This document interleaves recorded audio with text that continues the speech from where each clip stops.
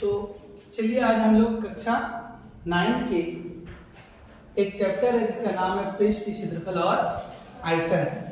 प्रश्नावली 11.1 जिसका एक टॉपिक है शंकु, जिसको अंग्रेजी में क्या कहते हैं? कोन। क्या कहते हैं? कोन। ठीक, तो आप देख सकते हैं जैसे ये एक शंकु है ना, क्या है? शंकु है। और सबसे पहले हम क्या करेंगे? इसका पृष्ठीय क्षेत्रफल, क्या?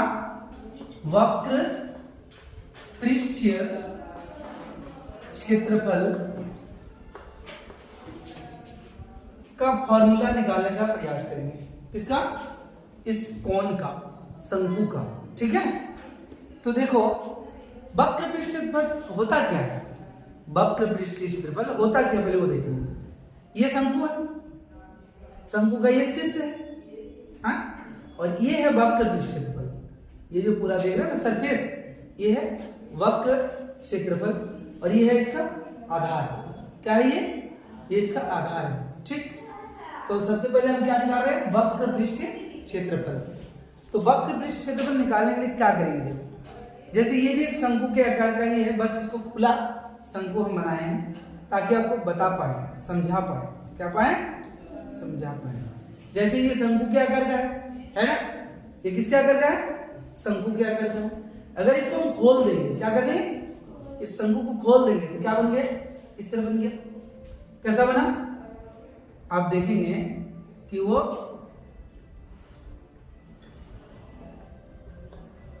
इस तरह दिख रहा है, या तो पूरा ऐसे ही कर लेंगे ना, पूरा ऐसे बना हुआ है, दिख रहा है ना? ठीक, ये है केंद्र बिंदु। ये क्या है? केंद्र बिंदु। चलो आप देखेंगे ये वाला जो लंबाई है, ये आप जब ऐसे मोड़ेंगे तो आपको क्या नजर आएगा? ये शंकु।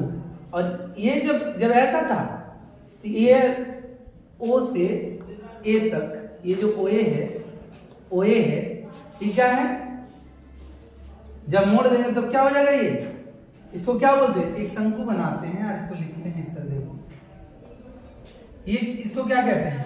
इसको कहते हैं तिर्यक ऊंचाई। क्या कहते हैं? जिसे हम L से डिनोट करते हैं ना। यहां से ये क्या होता है?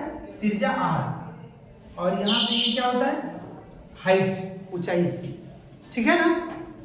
तो ध्यान देने वाली बात ये है कि इसको हम जैसे जैसे क्या करेंगे, इस तरह से खींच लेंगे, इस तरह से छोटा छोटा पार्ट बना लेंगे त्रिभुज की तरह। किसकी तरह? ये त्रिभुज जैसा, ये इकाई हुआ ना। इसको मान लो B1, B2, B3, B4 ऐसे चलते जाएंगे, dot dot dot dot dot चलते जाएंगे। हाँ, चलते जाएंगे। यहाँ ध्यान दीजिएगा, तो यहाँ लिखेंगे मिटा देगा नहीं, ये पहला त्रिभुज का क्षेत्रफल। अच्छा, ये इसको क्या बोले? ओए क्या है? L। क्या है? L माने तिर्यक ऊंचाई। इसको जब हम खोल देते हैं, फैला देते हैं तो इस तरह हो जाता है। यहां से ये OA, जब इसको मोड़ देते हैं, इसको हमने क्या किया? मोड़ दिया जब, तब आप देखेंगे कि शंकु मोड़ने के बाद कैसा बन गया? ऐसा बन गया। तब इसका ये वाला आधार हो जाएगा और ये क्या हो जाएगा? ये क्या हो जाएगा? तिर्यक ऊंचाई। क्या हो जाएगा? ये वाला हो जाएगा तिर्यक ऊंचाई। और जब इस शीर्ष से एकदम बेस आधार के बीच में जो आएगा लंबवत, वो आएगा ऊंचाई आपका। क्या आएगा? देखो ये आधार के एकदम बीचों बीच शीर्ष से ये आधार या जो वृत्ताकार ये भाग है, इसके केंद्र के बीच की दूरी को H बोलेंगे और इसको क्या बोलेंगे? तिर्यक ऊंचाई L। ठीक है, तो इसको छोटे छोटे त्रिभुजों में बांट दिए। किसमें बांट दिए? छोटे छोटे त्रिभुजों में। फिर क्या लिखेंगे?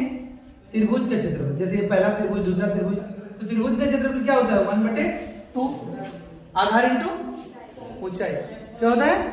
आधार इंटू ऊंचाई। ये आधार है और ये क्या है? इस त्रिभुज का ऊंचाई है। तो यहाँ क्या लिखेंगे? ऊंचाई, और ये आधार क्या है? B1 है ना। फिर क्या आएगा? प्लस करेंगे, फिर वही 1/2 ऊंचाई और आधार क्या है? B2।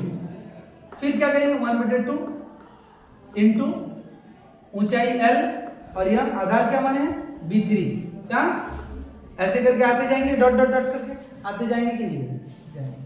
अब क्या करेंगे, देखो 1/2 कॉमन ले लेते हैं और L को भी कॉमन ले लेते हैं। इसमें भी 1/2 है, L 1/2L 1/2L है ना, तो सब में होंगे।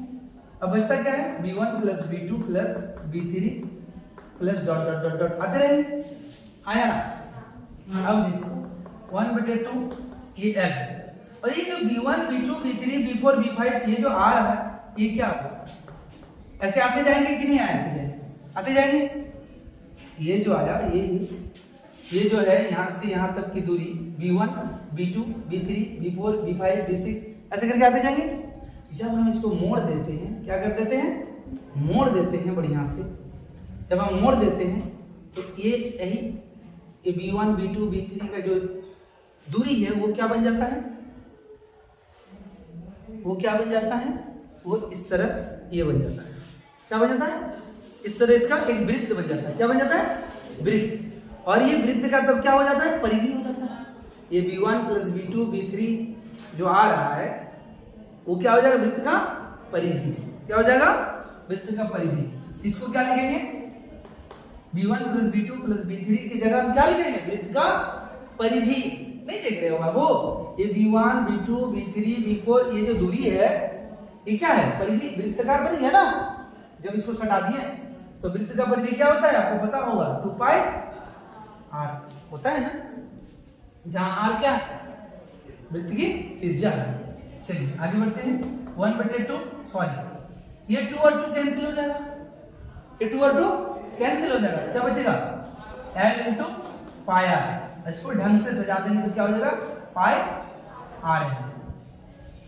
अब समझ में आया कि कैसे ये वक्र पृष्ठ क्षेत्रफल का फॉर्मूला पाई आर एल है, समझ में आ गया होगा, ठीक। और दूसरा है शंकु का, किसका, शंकु का कुल पृष्ठ क्षेत्रफल। क्या, कुल पृष्ठ क्षेत्रफल। तो कुल पृष्ठ क्षेत्रफल क्या होगा, ध्यान दीजिए। शंकु का कुल पृष्ठ क्षेत्रफल ये है वक्र पृष्ठ क्षेत्रफल, और किधर है, यहां आधार वाला कैसा है, वृत्ताकार है। तो क्या करेंगे, शंकु का कुल पृष्ठ क्षेत्रफल बराबर क्या लिख देंगे, ये वक्र पृष्ठ क्षेत्रफल जो क्या होता है पाई आर एल, और ये जो वृत्त है इसका क्षेत्रफल परिधि नहीं, क्षेत्रफल क्या हुआ, पाई आर स्क्वायर होगा। आप देखेंगे पाई आर दोनों में कॉमन ले लेंगे, बचेगा क्या, एल प्लस आर, या आप क्या लिख सकते हैं, पाई आर प्लस एल, जो भी लिखेंगे ना। बात समझ में आ रही है, ये फॉर्मूला और ये फॉर्मूला आपको रखने की जरूरत नहीं है, आपको समझने की जरूरत है। तो आप क्या इस तरह से, अब तो परीक्षा में जब आप भूल जाएंगे तो क्या इस तरह से आप निकालिएगा, नहीं, समय ज्यादा लगेगा। तो उचित क्या होता है कि आप इसको याद कर लीजिए। क्या कर लीजिए, याद कर लीजिए। लेकिन ये कैसे आया ये भी समझना बहुत जरूरी है, ठीक है ना। तो समझ में आया कैसे आया।